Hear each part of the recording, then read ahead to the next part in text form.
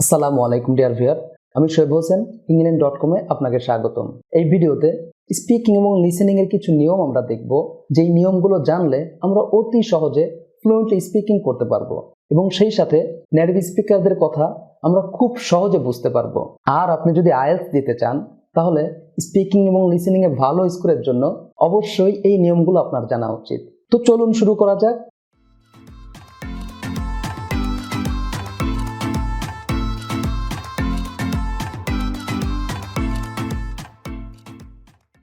Dear viewer, আমাদের অধিকাংশেরই আকাঙ্ক্ষা বা চেষ্টা থাকে আমেরিকান বা ব্রিটিশদের মতো করে বা প্রায় তাদের মতো করে ইংলিশে কথা বলা।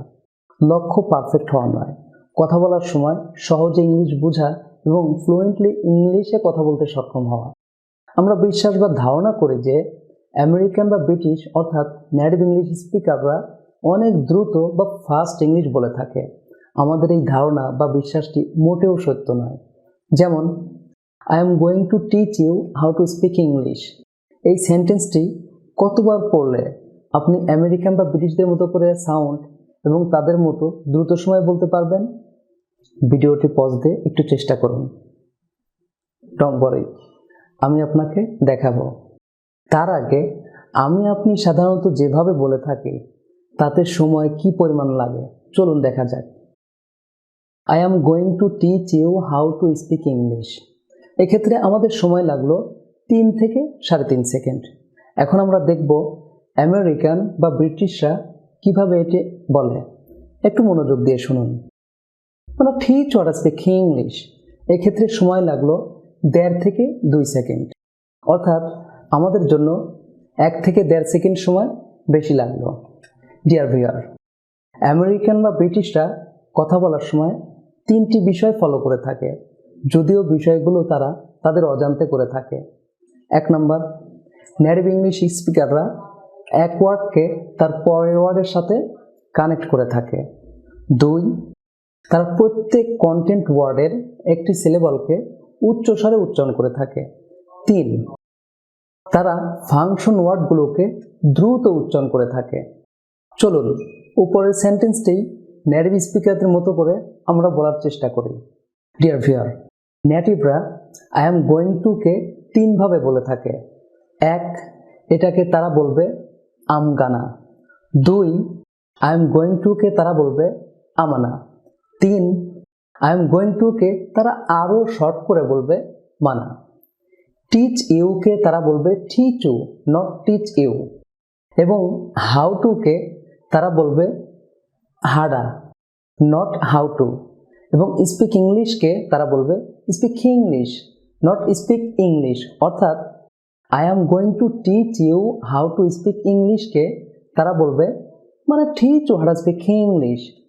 ডিয়ার ভিউয়ার, এই ওয়ার্ডগুলো আমেরিকান বা ব্রিটিশরা যেভাবে বলে আমি আপনি সেভাবে বলতে পারি কি?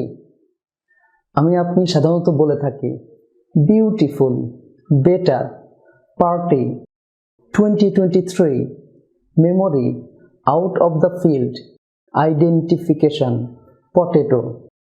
ডিয়ার ভিউয়ার, প্রকৃত অর্থে আমেরিকান বা ব্রিটিশরা অর্থাৎ নেটিভ স্পিকাররা উক্ত ওয়ার্ডগুলোকে এভাবে বলে না। তারা উক্ত ওয়ার্ডগুলোকে এভাবে বলে থাকে beautiful, better, party, 2023, memory, out of the box, identification, potato। Deer viewer, এখানে বিউটিফুলকে বিউটিফুল বলার কারণ হলো নিয়ম অনুযায়ী 2টি ভাওয়ালের মাঝে যদি টি আসে এবং ওই টি সাউন্ডটি যদি স্ট্রেস সিলেবল না হয় তাহলে টি না হয়ে সাধারণত ডি হয়ে থাকে। তাই বিউটিফুল হবে বিউটিফুল। একইভাবে ওয়াটার হবে ওয়াটার এবং বেটার হবে বেটার। ডিয়ার ভিউয়ার, 2023 কে 2023 বলার কারণ হলো নিয়ম অনুযায়ী এনটি এর পরে যদি ভাওয়েল সাউন্ড আসে তাহলে ওই এনটি এর পরেরটি সাধারণত রিমুভ বা ডিলিট হয়ে থাকে। তাই 2023 হবে 2023। আমি আরেকবার বলছি 2023। একইভাবে সেন্টার হবে সেনার এবং আইডেন্টিফিকেশন হবে আইডেন্টিফিকেশন। ইন্টারনেট হবে ইনারনেট। ডিয়ার ভিউয়ার, এখানে আউট অফ দ্য বক্সকে আউট দ্য বক্স বলার কারণ হলো এক্ষেত্রে চারটি শব্দকে কানেক্ট করে একটি শব্দে পরিণত করা হয়েছে। আমরা যদি একটু ব্যাখ্যা করে দেখি, আউট এবং অফকে কানেক্ট করলে হয় আউট অফ। তবে আমরা আগেই জেনেছি টি এর আগে পরে ভাওয়েল সাউন্ড আসলে উক্ত টি এর সাউন্ড হবে ডি, তাই আউট অফ হবে আউট অফ। ডিয়ার ভিউয়ার, অফের নিয়ম অনুযায়ী অফকে তিনভাবে উচ্চারণ করা যায়। তার মধ্যে একটি হলো অফের পরে যদি কনসোনেন্ট সাউন্ড আসে তাহলে অফের উচ্চারণ হয়ে থাকে আ, সুতরাং আউট অফ হবে আউডা। অতএব আউট দ্য ফিল্ড এর উচ্চারণ হবে আউট দ্য ফিল্ড।